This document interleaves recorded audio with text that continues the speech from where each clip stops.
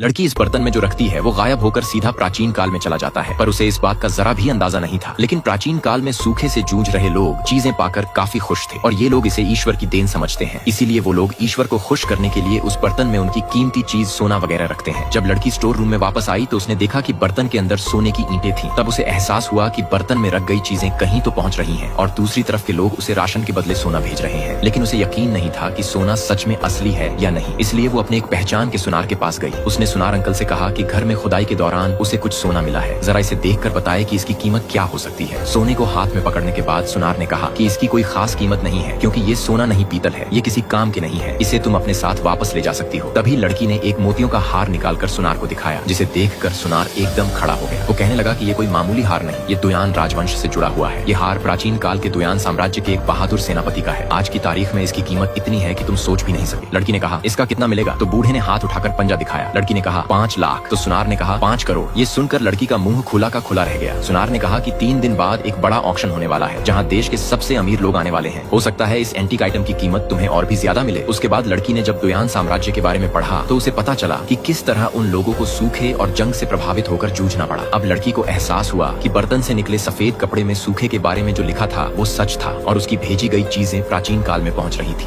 लड़की वापस घर लौटी तो उसने देखा कि जादुई बर्तन में और भी प्राचीन वस्तुएं आ चुकी थीं। तभी उसके बैंक अकाउंट में उस जेड लॉकेट के 5 करोड़ जमा हो गए। वो सोचने लगी कि उस मामूली से लॉकेट की कीमत उसे 5 करोड़ मिली है, तो इस प्राचीन चीजों की कीमत भी बहुत ज्यादा होगी। लेकिन वो समझ गई कि दूसरी तरफ उन लोगों को और राशन की जरूर होगी, तभी उन्होंने ये चीजें भेजी हैं। लेकिन उसने किताब में पढ़ा था कि जंग और भूख मरे की वजह से दुयान साम्राज्य नष्ट हो गया था। उनकी वजह से लड़की मालामाल हो चुकी थी, इसलिए वो उनके लिए कुछ करना चाहती थी, पर वो उनकी तरफ से संदेश आने का इंतजार नहीं कर सकती थी। इसलिए उसने जल्दी से ढेर सारा राशन ऑर्डर किया। फिर उसे याद आया कि किताब सेनापति के रक्त संदेश में लिखा था कि माई अपने बच्चों को दूध की जगह अपना खून पिलाने पर मजबूर है। इसलिए उसने बाकी बचे पैसों का भी राशन खरीदने का फैसला किया। वो शॉपिंग मॉल गई और पूरे मॉल का सारा सामान खरीद लिया। लड़की प्राचीन लॉकेट से मिले पैसों से राशन खरीदकर जादुई बर्तन में रख देती है, तो वो सारा सामान प्राचीन काल में पहुंच जाता है, जिसे पाकर वो सभी लोग काफी खुश थे। ऐसा खाना उन्होंने अपनी जिंदगी में पहली बार देखा था। राशन को देखकर वो लोग कहते हैं कि ऐसा खाना तो बादशाह ने भी नहीं खाया होगा। सेनापति कहता है कि ये सब कुछ हमें ईश्वर ने दिया है, इसलिए हमें ईश्वर का धन्यवाद करना चाहिए। उसके बाद सभी घुटनों पर झुककर ईश्वर का धन्यवाद करते हैं। तभी एक सिपाही ने देखा कि बर्तन से आवाज आ रही है। उसने कहा कि ऐसा लगता है ईश्वर की तरफ से आकाशवाणी हो रही है। जब सेनापति ने कान लगाकर सुना तो अंदर आवाज आई कि क्या ये दुयान साम्राज्य है? क्या वहाँ के लोग सूखे से मर रहे हैं? सेनापति बड़ी विनम्रता से कहता है कि हाँ, ये महान दुयान साम्राज्य है। मुझे क्षमा करे प्रभु, देवताओं से कैसे बात करे मुझे नहीं पता। फिर अगली सुबह तक वो बर्तन के सामने हाथ जोड़े बैठा रहा। सिपाही खाली कटोरा लिए खाने का इंतजार कर रहे थे, लेकिन बर्तन से अब तक कुछ नहीं निकला था। तभी सेनापति को बर्तन से आवाजें सुनाई देने लगी कि दूसरी तरफ से लड़की कुछ कह रही थी, जिसे आदमी ने ईश्वरीय वाणी समझ लिया। लेकिन लड़की ने कहा कि वो कोई भगवान नहीं है, पर आदमी कहता है कि उसके बादशाह ने भी उसकी कोई बात नहीं सुनी। पर जब भी उसने कटोरे के सामने प्रार्थना की तो उसे पूरा किया गया। तो भला आप ईश्वर कैसे नहीं हो सकते? लड़की कहती है, ये बात तुम्हें समझाना बहुत कठिन है। मैं कोई ईश्वर नहीं हूँ, पर फिर भी मैं तुम्हारे साम्राज्य की मदद करूंगी। उसके बाद सेनापति सभी नागरिकों को बुलाता है और उन्हें कहता है कि ईश्वर ने हमारी मदद करने का वादा किया है। फिर सभी मिलकर प्रार्थना करते हैं। तभी बर्तन से राशन की बोरियां निकलने लगती है। इस बार लड़की ने बहुत सारा राशन भेजा था, जो सभी के लिए पर्याप्त है। लेकिन सेनापति को चिंता थी कि ये राशन कभी तो खत्म होगा। तभी उसने जमीन से एक शकरकंद उठाया। जी, सेनापति ने शकरकंद उठाकर लोगों से पूछा कि क्या आपको पता है ये क्या है? लोग बड़े आश्चर्य से कहने लगे कि ऐसी सब्जी तो उन्होंने अपने जीवन में पहली बार देखी है। सेनापति कहता है कि मुझे ईश्वर ने कहा कि ये चीज हमें सूखे से बचा सकती है। किसी भी प्रकार की जमीन में हम इसकी खेती कर सकते हैं, चाहे सूखा क्यों ना हो, उससे कोई फर्क नहीं पड़ता। हम इससे हजारों किलो शकरकंद उगा सकते हैं। इससे हमें कभी भी खाने की कमी नहीं पड़ेगी। ये सुनकर सभी लोग काफी खुश हुए। उसके बाद उनके पास जो भी कीमती चीजें थी वो उन्होंने बर्तन में रख दी, जो सीधा लड़की के बर्तन में पहुंची। अब लड़की के पास और भी एंटीक और कीमती चीजें आ चुकी थी, जिसकी कीमत करोड़ों में हो सकती है। इसीलिए वो उसे बेचने के लिए अंकल चैंग के पास पहुंच गई। दूसरी तरफ गांव में प्लेग फैल गया। कई लोग मारे गए, साथ में सेनापति भी बीमारी की चपेट में आ गया। इसीलिए एक सिपाही ने सेनापति से बिना पूछे गांव के हालात के बारे में लिखकर कागज बर्तन में रख दिया, ताकि संदेश ईश्वर तक पहुंच सके। जब लड़की घर वापस लौटी तो उसने देखा कि बर्तन में सोना और कुछ कागजी संदेश आ चुके थे। उसने जल्दी से संदेश पढ़ा, जिसमें लिखा था कि गांव के लोग और सेनापति बीमार हैं और उनके पास दवाई की भी कमी है।